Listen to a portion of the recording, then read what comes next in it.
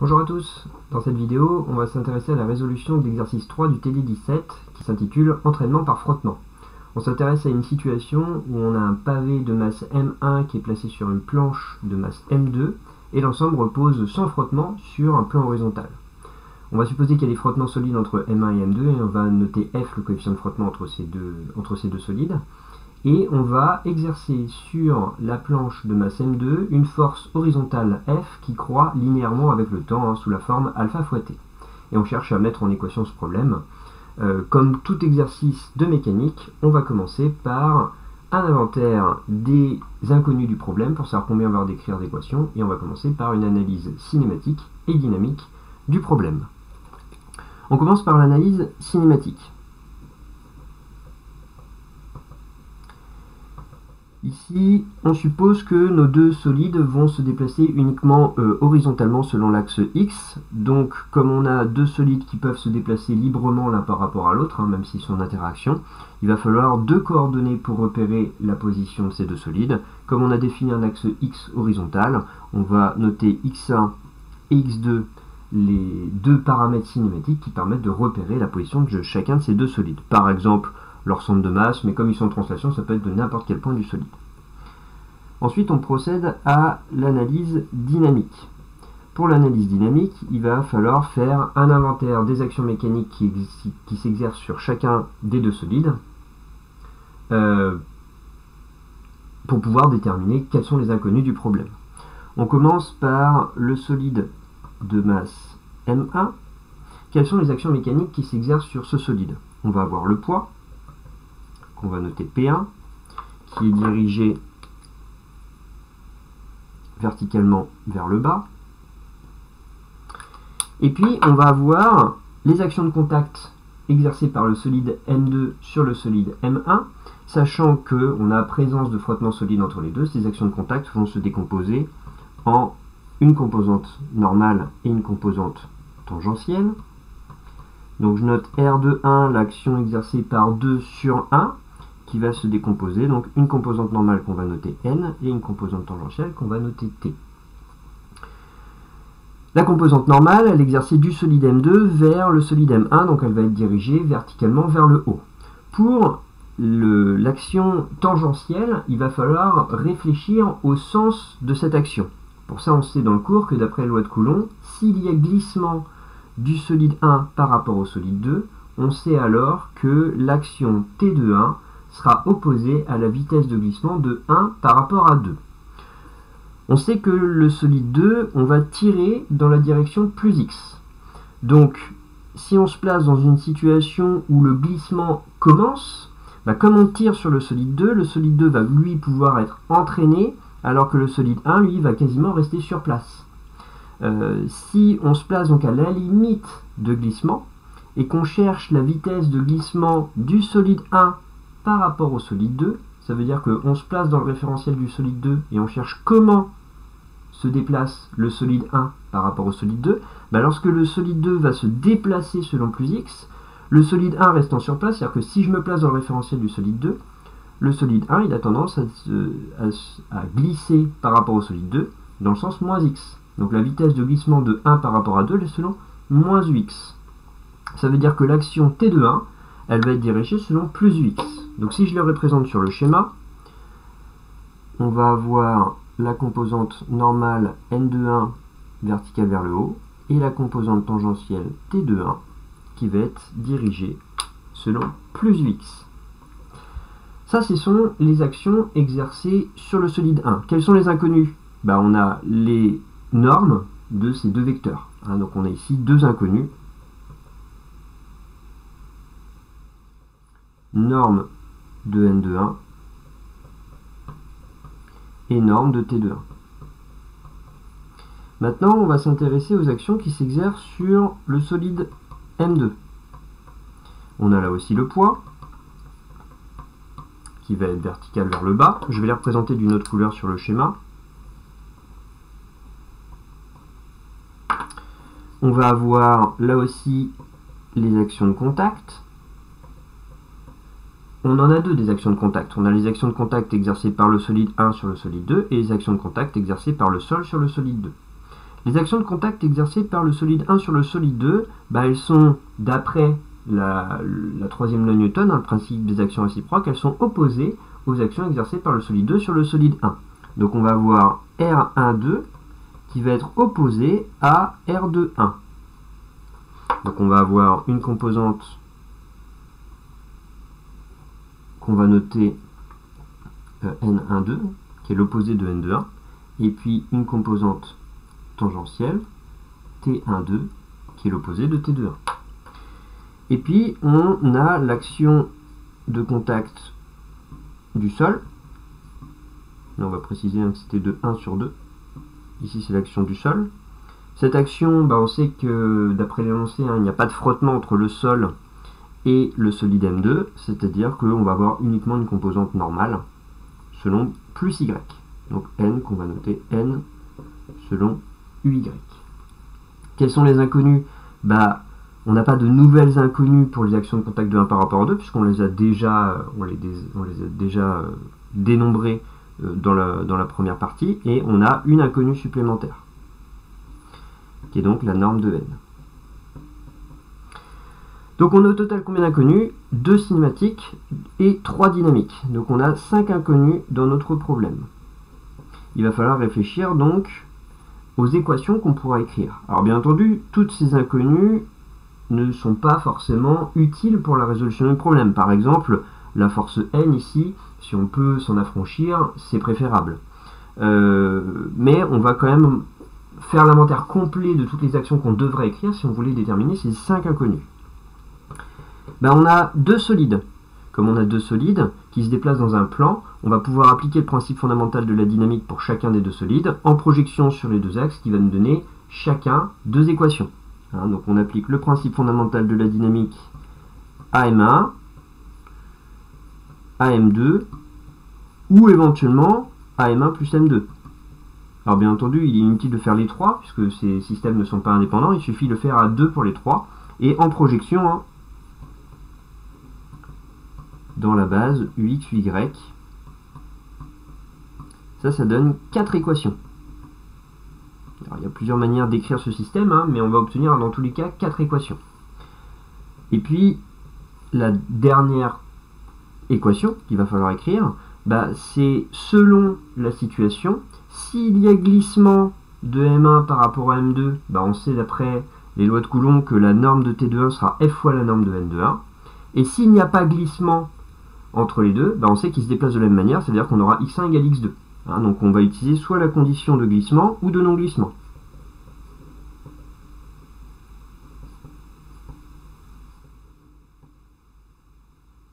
Et ça nous fera notre 5e équation. Bien entendu, on l'a vu dans le cours, il faut raisonner par hypothèse pour savoir si on va se passer dans une situation avec glissement ou avec une situation sans glissement. Alors, je reprends l'énoncé, là on a fait juste l'inventaire de ce qu'on avait besoin. Ici, on nous demande d'écrire les équations différentielles du mouvement du pavé et de la planche. Alors, on va les écrire de manière générale, c'est-à-dire qu'on ne va pas faire d'hypothèse sur la présence de glissement ou de non-glissement, c'est-à-dire qu'on n'écrit pas la dernière condition en fait, et on va juste écrire toutes les équations qu'on connaît, c'est-à-dire qu'on va écrire finalement nos deux applications du principe fondamental de la dynamique. On va ici, comme on a séparé nos 2 solides, on va appliquer directement le principe fondamental de la dynamique sur M1 puis sur M2, mais vous pouvez à titre d'exercice le faire sur l'ensemble M1 plus M2. Je rappelle que lorsqu'on applique le principe fondamental de la dynamique, on ne prend pas en compte les actions intérieures au problème, c'est-à-dire qu'on ne prendrait pas les actions de contact entre 1 et 2. Donc on va uniquement s'intéresser ici à l'application du principe fondamental de la dynamique sur M1 puis sur M2. On va commencer par l'application donc de ce principe sur le solide M1. On va avoir la masse fois l'accélération, on va noter A1, l'accélération du solide 1 par rapport à notre référentiel qui est lié au sol qu'on suppose galiléen. C'est M1 fois A1 égale le poids P1 plus N de 1 plus T de 1. On projette sur nos 2 axes selon UX et selon UY, sachant qu'on suppose que le mouvement est uniquement horizontal pour le solide M1, donc on n'a pas d'accélération suivant Y. Suivant X, ça fait M1, X1 point, 0 égale Le poids, il est porté par UY, donc ça fait moins M1G.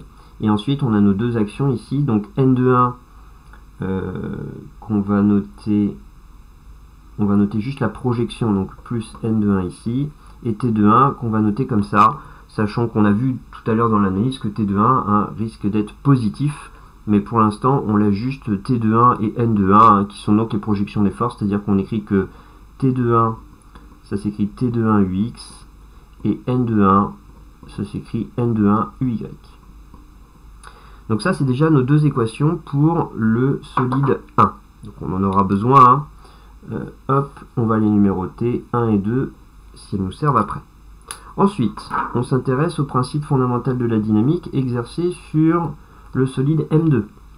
Même principe, M2 à 2 égale, on a fait l'inventaire des forces, P2 plus, on va écrire plus N, et on va écrire moins N de 1 moins T de 1. D'après ce qu'on a vu tout à l'heure, c'était opposé, donc on va reprendre les mêmes notations, puisqu'on a déjà écrit les projections de ces forces. On projette suivant les deux axes, UX, UY. On obtient, même chose, le solide ne se déplace qu'horizontalement, donc M2x point 2 est 0. Le poids, c'est donc du moins M2G. Et les actions de contact, donc N, on a dit que c'était que selon Y, et puis les deux autres actions, donc moins N de 1 et moins T de 1. Ça, ce seront nos actions. Ah, j'ai oublié un truc important. J'ai oublié un truc important, puisque ici, il ne faut pas oublier qu'on a l'action, la force T, pardon, la force F, qui vaut alpha T UX, qui est quand même le but de notre exercice, qui s'ajoute sur notre solide M2, donc je la rajoute dans le bilan, et bien entendu je la rajoute aussi dans nos équations, donc plus F, c'est-à-dire ici, plus alpha T. Voilà, ça nous donne nos deux autres équations, on va les numéroter 3 et 4, et on a ici l'inventaire, enfin, les équations du mouvement qui vont permettre de déterminer finalement les conditions. Bien entendu, après, pour pouvoir résoudre ce problème, il va falloir s'intéresser à la possibilité qu'il y ait glissement ou non glissement entre nos deux solides. Alors, si on prend l'énoncé, quelles sont les accélérations du pavé et de la planche dans la phase de non glissement? Donc ici, on nous propose de trouver finalement les deux accélérations, x1 point et x2 point, dans une situation de non-glissement. Donc on va faire une hypothèse de non-glissement. Ça veut dire que la vitesse de glissement de 1 par rapport à 2, elle est nulle. Si la vitesse de glissement de 1 par rapport à 2 est nulle, ça veut dire que, si on écrit complètement comme ce qu'on a fait dans le cours, la vitesse de glissement de 1 par rapport à 2, c'est la vitesse du point de contact I qui appartient à M1 par rapport à notre référentiel d'étude, moins la vitesse de I appartenant à M2 par rapport à notre référentiel d'étude. Si ça c'est nul, ça veut dire que la vitesse du point de contact qui appartient à M1 par rapport à R, c'est la même que la vitesse du point de contact I appartenant à M2 par rapport à R. Et comme les deux solides sont en translation, ça veut dire que les deux solides possèdent la même vitesse, et donc que les deux solides possèdent la même accélération. Donc ça nous donne notre cinquième équation, que les deux accélérations ici sont identiques. Et donc je rappelle la question, c'est de déterminer ces accélérations. Donc on sait déjà qu'elles sont identiques, il suffit juste de déterminer leur expression. Donc pour ça, de toute façon, on va pouvoir exploiter tout ce qu'on a fait au préalable. On constate en effet que si on prend les équations 1 et 3, et qu'on fait la somme des deux, l'action intérieure T de 1 et moins T de 1 se simplifie. Donc si je fais ici 1 plus 3, j'obtiens M1. On va noter A, cette accélération qui est identique pour les deux. On va obtenir M1 plus M2 fois A, qui sera égal à ça se simplifie, et puis il nous reste alpha fois T.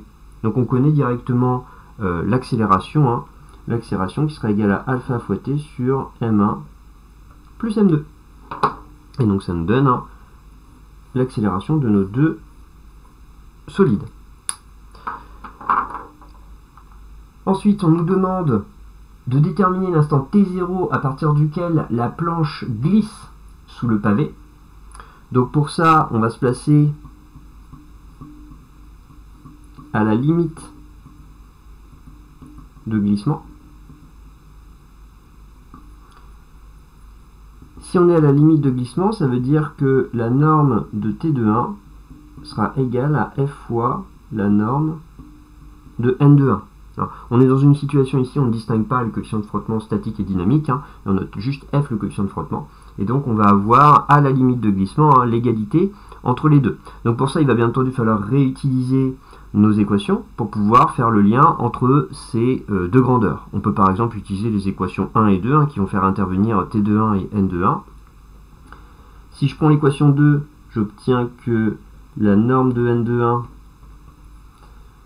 sera égale à M1G.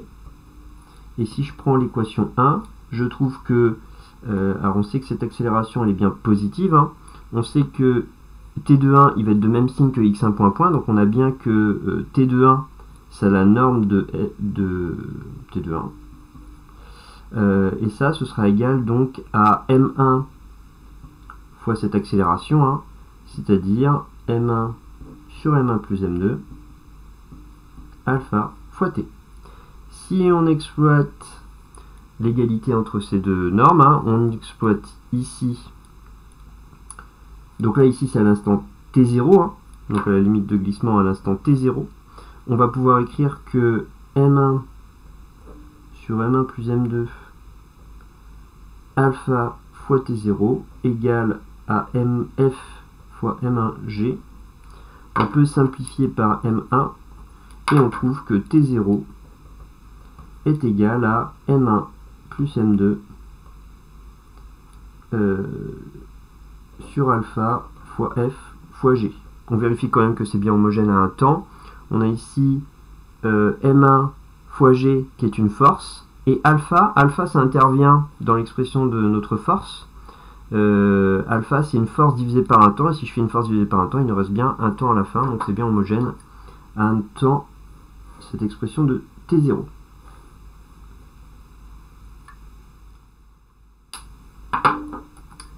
Alors on poursuit sur la dernière question de cet exercice. On nous demande alors quelles sont les accélérations du pavé et de la planche dans la phase de glissement. C'est-à-dire que ici, on se place à t plus grand que t0, qui est l'instant pour lequel il y a début du glissement, ce qu'on a déterminé juste avant.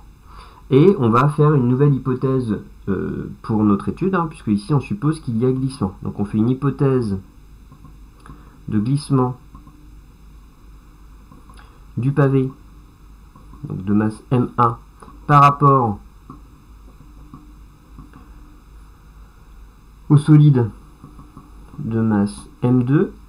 Et comme on l'avait dit dans l'introduction, on sait, on l'a vu juste avant, que T de 1 devait être positif, ça veut dire que la vitesse de glissement de 1 par rapport à 2 elle est située vers la gauche.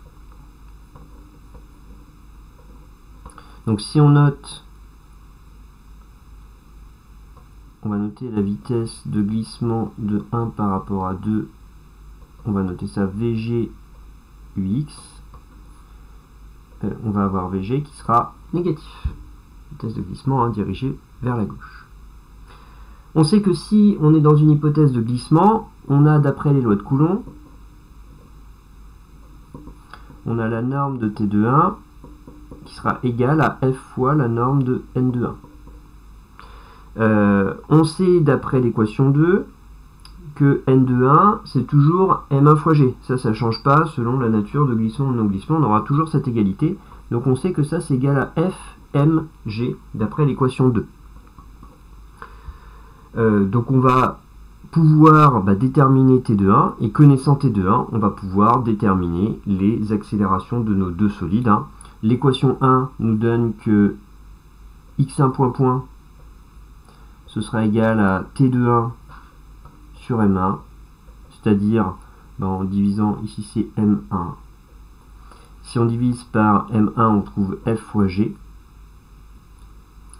Ça, c'est l'accélération du solide 1. Et puis, si on utilise l'équation 3, on va pouvoir trouver l'accélération du solide 2. Hein, x2 point sera égal à moins t de 1 sur m2 plus alpha t sur m2. Et on remplace t de 1. T de 1, on sait que c'est moins t1 2. Non, pardon, on a déjà écrit T2 1, on sait que c'est F-M1G, on n'a rien de plus à écrire, hein, et ça nous fait donc ici alpha T moins F-M1G sur M2. Et ça nous donne l'expression de l'accélération de notre deuxième solide. Hein. On peut donc, on a déterminé les accélérations de nos deux solides. Bien entendu, ceci n'est valable que si T est supérieur à T0. Voilà pour cet exercice.